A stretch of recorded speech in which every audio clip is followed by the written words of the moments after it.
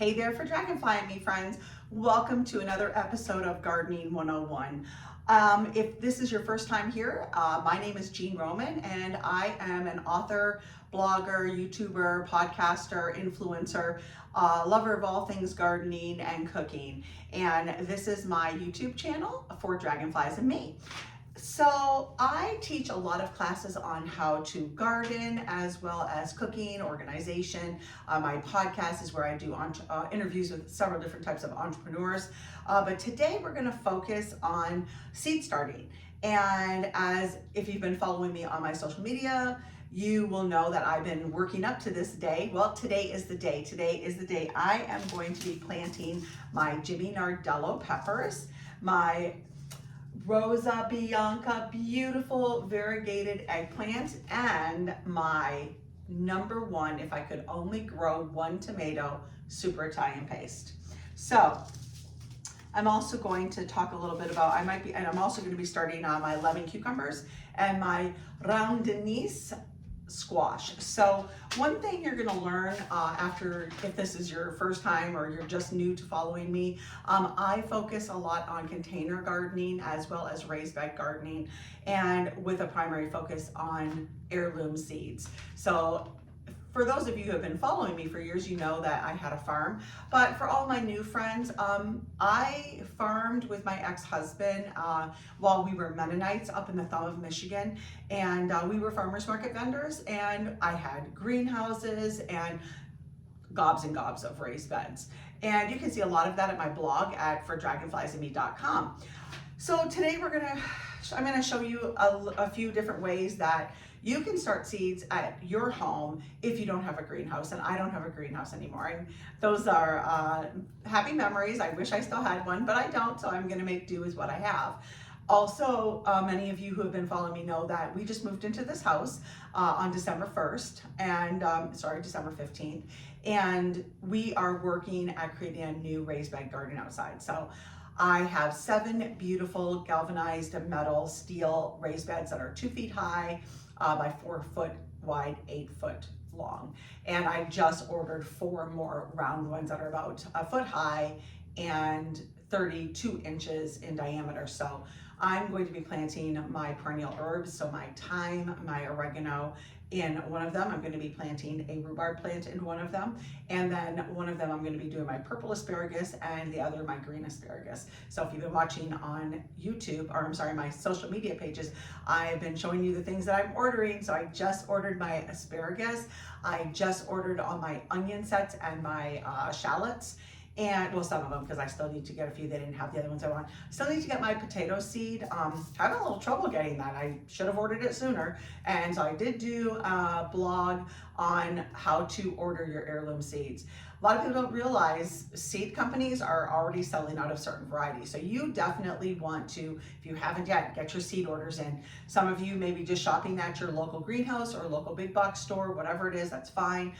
There's not as quite a variety, especially if you want some unique heirlooms, such as my Rosa Bianca eggplant. That's not something you're gonna find. Or my Jimmy Nardello sweet frying pepper. This is the best pepper ever. I get a lot of my seeds from Baker Creek. No affiliate marketing here. This is just what I've used for years. I farmed for 15 years, and I've been farming or gardening for over 20 years. So I know what I like by now, but I love heirloom carrots, and you can even buy them in the grocery store now. So this is something that is becoming more and more common. If you frequent your local farmers markets, you're going to see them as well. So as you can see, I have a mix here of the red, purple, orange, and yellow. And then I also have the Amarillo. This is again from Baker Creek. This is really cool, and it's, oh, I hope I don't butcher the name considering I'm half French, Parisine. And this is a gourmet carrot. It only gets the size of like about a golf ball, and they are so sweet and tender, and they are beautiful in a stew, or like, you know, a vegetable. If you're doing like a roast chicken or a roast beef or a roast pork with vegetables around, you don't even need to cut them, and they are just delicious. So then I also have my favorite radishes. French breakfast. I really like the story behind heirlooms, and you can also see my blog at my website for Dragonflies and Me on my top 10 favorite vegetables. And I have all of my different varieties. I'm French and Ukrainian, and so I really like French heirlooms. I really like Russian, Ukrainian, anything European heirlooms. So that's why I tend to go towards some of those. And like I was saying, if you are just shopping at your local store or greenhouse, you're not going to get the variety that you will in a seed catalog. So I did do a blog also on, ordering your seeds with a slew of different resources on seed catalogs. I would definitely do that. What I usually do is I order all my catalogs so I can see the pictures and the descriptions, and then I go online and order them. But this is my favorite beet to grow. It's a chioga, and it is a bullseye beet, and it is red and white, just like a bullseye. So that's a really super cool one. And dinosaur kale, if you've ever grown, if you like to make kale chips, this is the kale you want to use because it's really thick, and it's extremely good for that because it's a really dense leaf. So dinosaur kale is your best kale to do kale chips if that's what you're going to do. But one more thing too. This again, because I grow in raised bed gardens, I have to take into consideration my space. I did a 2-part blog on the benefits of raised bed gardening versus large plot tillable garden. And you could never sway me out of raised bed gardening, but that's another topic. And I've also already talked about that in the past. You can see those articles at my blog. And I think there's one YouTube or a podcast as well. So if you have beans, let me grab my beans. Where's my beans? Squash, oftentimes those things are vining. And when you have a raised bed garden, you may not want those things traveling all across and taking up an entire bed, because spacing of your seeds is really, really important. And that will be a blog coming up on how to properly space. I did talk about that a bit in my blog on how to design your garden. So you can see all of these at my blog, here at YouTube, and my podcast. But there's my favorite heirloom bean is a Roma bean, and it's a flat pod bean. It's not a round bean like what you are normally seeing in a grocery store. These are super incredibly buttery, but the great thing about them is they're a bush, and even they are an heirloom, but they are not going to grow, and you do not have to worry about trellising. So they are, if you've ever grown a pepper, so about a square foot is what one of these plants is going to require in space. And then round Denise is a zucchini. So it's about the size of maybe like a softball, anywhere between a baseball and a softball. And they're round and they are a bush. And so you do not have to worry about these long vines. So growing cucumbers, you would know. You can also buy some varieties of cucumbers that are bush rather than vining. If you can trellis up and you have that space, go for it. But if you don't want to deal with those vines growing everywhere and trying to manage them, because sometimes they can be unmanageable. They're a living creature that wants to grow and reproduce, but bush type plants for zucchini, cucumbers, and beans are a really nice option. So think about that. And I say it in almost every single one of my gardening episodes. Read the plant descriptions. They are on the back of every single package without fail. They tell you the spacing, they tell you when to plant, they tell you how big they're gonna be, they tell you their requirements to grow them.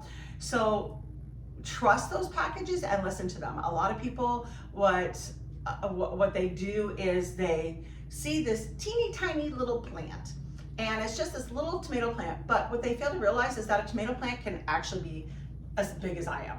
I'm 5'6" and enough in diameter, but your tomato plant is not going to stay that little teeny tiny plant. If it's, I just did an episode on indeterminate and determinate plants. And so again, you can buy bush type tomatoes versus vining tomatoes. So all of these factors are super important.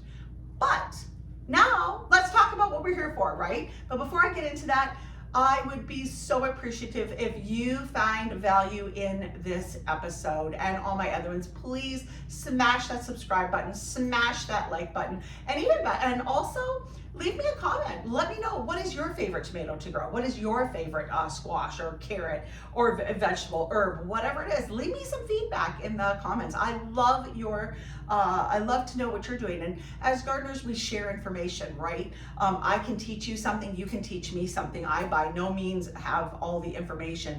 And so I love your feedback. So first, what I'm going to talk about is the different types of containers that you can start your seeds in. I'm sure you're looking at this, and if you watched me do my how to plant ginger, you already saw that I utilized one of these salad containers. So these are great, and this is the bigger one because we eat a lot of salad, but you can also buy the smaller ones, which work great too. They're mini greenhouses, friends. And you can use the tops as a water tray, or if you want to start them, you do need to have drainage holes. And what I was showing yesterday is you want to use, let me grab that real quick, friends. You want to use an X-Acto knife, because a knife or a scissors, the plastic is not strong enough to withstand that pressure. It bends and it ends up just getting yucky. But a straight knife or an X-Acto knife, a razor blade like that works perfect. Just making a few slits into the bottom. I would say 9, 3 on each side and 3 in the center, and that's great. So whether or not you use the lid as your watering tray, or you use the lid as a little greenhouse, but you have to make sure you have something so that the water's not getting everywhere and it's maintaining. So whatever water leaks out is going to be absorbed back into the container for the plants. If you are not planting a gob of plants like me, I purchased this little mini greenhouse. And so it came with all of the peat pots and then the little tray for the greenhouse. This tray does not have any holes in it, so it will also work as the reservoir. And so this is another option, and this is great. The key thing is making sure that you're not overwatering, that you are maintaining the right level of moisture. Warmth is incredibly important for seedlings, especially peppers and eggplants and tomatoes. They have to have at least a minimum of 70 degrees. I have a perfect location in my home that gets sun pretty much all day, and it will provide the length of daylight that it needs. I do have other lights that I can use, so for grow lights, but you may want to look into like a heating pad. They're really not that expensive. You can find them on pretty much any greenhouse supply place or online. Just Google heating mat for plants, seed starting. So that's definitely an option. Another option is an egg carton. So what you want to do is you want to cut off the top because you don't need that. And then so if you notice here, I have eggshells. So these are eggshells that I've been saving from when we make anything with eggs. And what I've done actually is I have doubled them up. So I take the bottom and the top and I put those in there, tuck them in together so it's kind of double. And why, you're wondering, what are you using eggshells for, especially as a planting to plant in? So tomatoes require calcium, and this is pure calcium. Eggshells are pure calcium. And so by saving your eggshells and even sprinkling them into your garden, your raised beds, you are adding calcium to the soil. Scratch it in and it's great. They will biodegrade, they will decompose, and they will add calcium into your soil. And you definitely want to do that in whatever container or bed, whether it's a pot or it's a raised bed. You want to make sure you have calcium in the soil for your tomatoes. You will get blossom end rot, which is if you've ever grown tomatoes and the bottom of the tomato starts turning black and it rots in the inside, you are lacking calcium in your soil. So what you can do is, if you don't want to purchase the peat pots, I also have these as well. Sorry friends, I thought I had everything ready. So other little peat pots. So I've already started my basil stems. I'm going to be showing you a video on what I did with basil plants, so more on that coming. But these are just little peat pots, and I bought a container of them. There's 24. Actually bought 2 containers of them, probably overkill, but whatever. So those you can also use. But if you don't want to buy all this extra stuff, you don't have to. You can utilize a lot of the things that you purchase every day for your groceries. Like I said, salad mixes, even the little containers. These are little to-go containers. And this again acts as a little planter and then a greenhouse. And so yeah, you can start some lettuce seeds, onion seeds, kale, whatever, in these, and then transplant them into larger containers. So this is a great seed starting container. But what I want to do is I am actually going to utilize the kit that I purchased. So what I've done is I've taken the eggshells and I've put them inside of here and kind of smashed them down. So that's what I'm going to do right now. So I'm going to move this out of the way so you guys can get a good view. And I'm going to move these too. So I might need that one. So what I'm going to do is I'm going to take that eggshell and I'm going to push it in there and just break them in, because as long as those eggshells are in the container, it is going to have the effect that I want. So I'm going to break those down. And then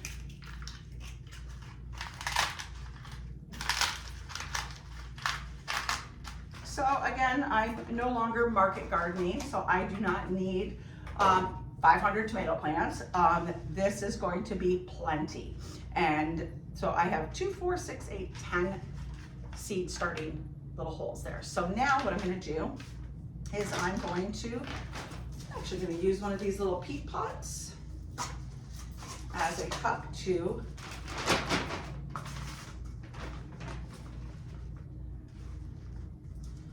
put my soil in. And so you may be asking, well, what kind of soil do I use? How do I know what's best? Well, any seed starting organic soil is what I'm going to recommend for you. And so here I have, I'm going to fill that one up a little bit more. When you're using seed starting medium such as this, it's high in peat moss. And so when you water this, it actually will sometimes not soak in right away. So you got to really mist it, use a mister, or water it very, very slowly. So there we go. I have my 10 peat pot tray.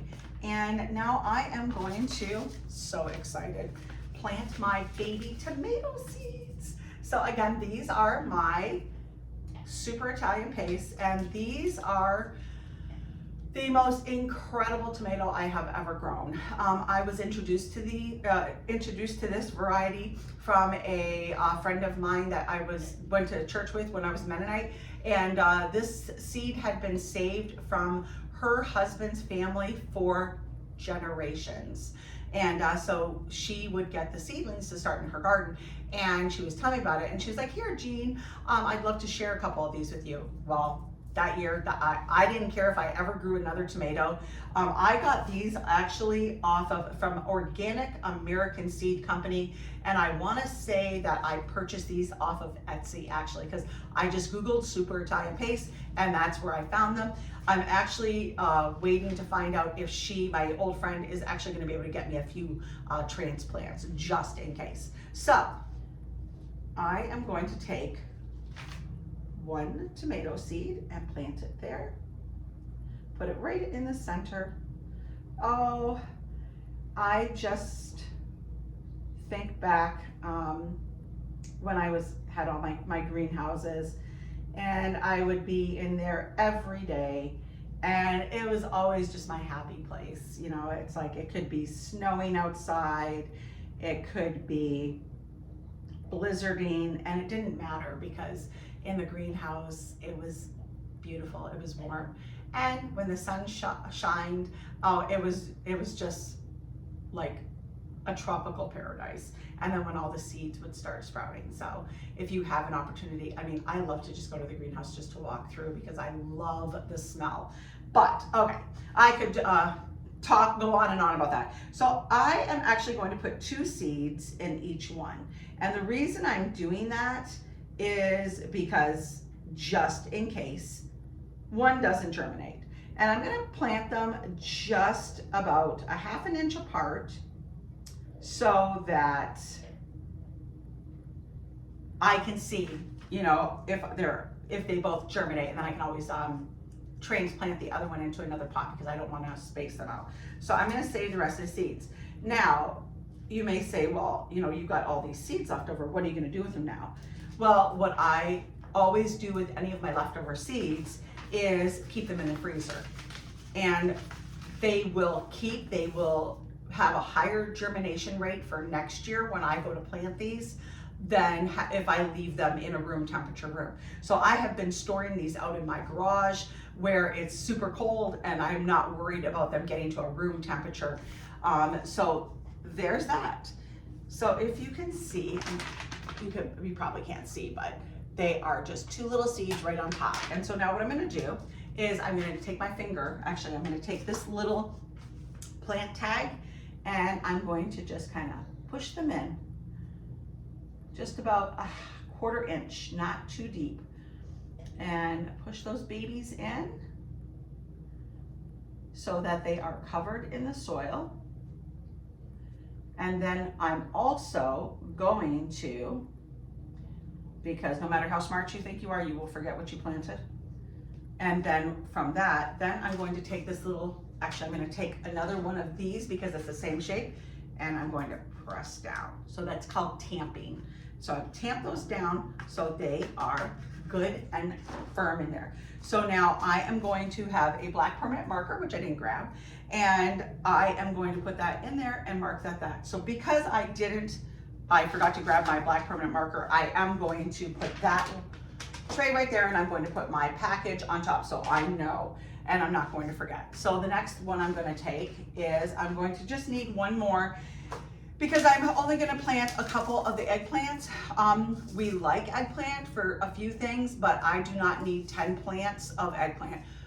I literally need 2 plants, and then I can still have some to give to somebody else. We do like to make an eggplant parmesan. Dave's recipe is to die for, and you can actually find that recipe at my blog, eggplant parmesan. Simply go into the search option on my blog at fordragonfliesandme.com, and you can find it. It is phenomenal. And of course we use my homemade marinara sauce, which is what those super Italian pastes are going to make for me, and then I will can. So I will be teaching several classes at different locations around the Metro Detroit area, and you can find all of those at my blog on the Where's Jean page. So now let's plant my eggplant.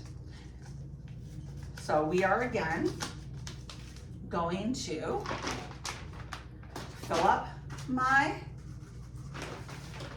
container because I'm gonna put,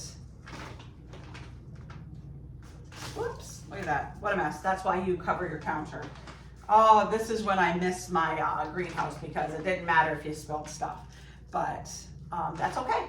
I have this large sheet of paper so that I can do that. I'm gonna tamp it down like that. I'm also going to pick that up and put it back in the bag and put that over there. So now I definitely want to mark these because I'm gonna have 2 different varieties in them. So I'm going to put my eggplants in those first 2, and then I'm going to put my peppers in the remaining containers. So again, I'm going to take 2 seeds per little whole pot, and I'm going to be confident that those are going to grow. So like next year, I honestly will not need to order many seeds because I will keep these. I'm not planting like I used to again. I only need 2 eggplant plants, but I do want several of these Jimmy Nardellos because I will actually freeze these and put them in my freezer so that I could use them over the winter. I am not planting my own jalapenos or green or red peppers because I can buy those in a greenhouse where they've already been started. And it is less work for me because I don't have a greenhouse, I don't have the space. So I'm not growing anything that I can buy as a plant in the grocery store. So again, I cannot buy my round anise. I'm not getting that in any greenhouse. I cannot get my lemon cucumbers. I'm not getting those in any greenhouse. So those I want to start on my own. Again, Jimmy Nardello and my Rosa Bianca.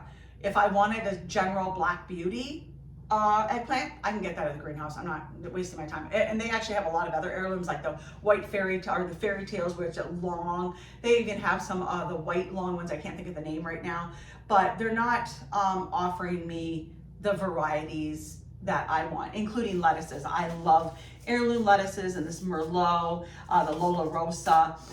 So there's several varieties. And also my basil. I grow mammoth basil and it is huge leaves and it's beautiful. I'm not finding this variety in a greenhouse. So think about that. If you want a specialty type of vegetable plant, tomato, you're not going to get all those at a greenhouse. Greenhouses are offering a lot more variety, especially in heirloom twists, because they've become so popular, but you still cannot get the variety that you can from a seed catalog. So I'm going to now plant 2 again in every, 3 there. And they're so tiny. When you look at these little seeds and then think about the plant that grows from them. I mean, seriously, it is such an incredible, I mean, look at this teeny tiny little seed. Look at those little seeds. I love seeds. They are just incredible. Like, if you hear banging in the background, for all of you that know Frank, Frank's playing with his big beef bone that he got. So, oh, there he comes. What are you doing, Frank? So Frank is my pug. If you are following me on Facebook, you will see Frank every Friday when it's Frankie Friday. And so he has his own following. I'm actually thinking about starting him an Instagram page. But anyway, so I'm gonna take that little tag and push those in, push them in, make sure they are buried in the soil. And then I'm going to do just what I did with the other ones and tamp them down and making sure that those are all nicely planted. And so again, because I do not trust myself, I am going to put my Jimmy Nardello peppers right there, and I'll know that those are a plant until I mark it off. So the only other things that I'm going to plant today is my lemon cucumber and my round anise, because these are, again, I want to start these, I want to get them growing, and then I will be able to transplant them into the garden. So I am going to wrap it up from here and let you guys go and have fun. And if you're anywhere in Michigan, you want to start your seeds this week, this is it.